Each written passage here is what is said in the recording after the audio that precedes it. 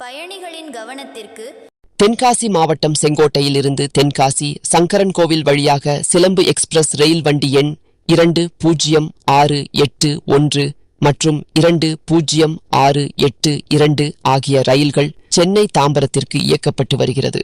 17 பெட்டிகளுடன் சிலம்பு எக்ஸ்பிரஸ் ரயில் இயங்கி வந்த நிலையில் அதில் கூடுதல் பெட்டிகள் இணைக்க வேண்டும் என்று பயணிகள் கோரிக்கை விடுத்து வந்தனர்.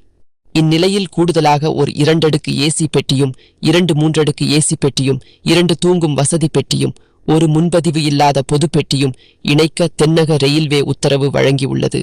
வருகிற 27ஆம் தேதி முதல் அடுத்த ஆண்டு ஜனவரி 30ஆம் தேதி வரை இந்த கூடுதல் பெட்டிகளுடன் ரயில் இயங்கும் என தெரிவிக்கப்பட்டுள்ளது. ஏற்கனவே 17 பெட்டிகளுடன் இயங்கி வந்த நிலையில் தற்போது கூடுதலாக 6 பெட்டிகள் இணைக்கப்பட்டு 23 பெட்டிகளுடன் இயங்க இருக்கிறது. இதனால் கூடுதலாக 500 பேர் வரை பயணம் செய்ய முடியும் என்பதால் பயணிகள்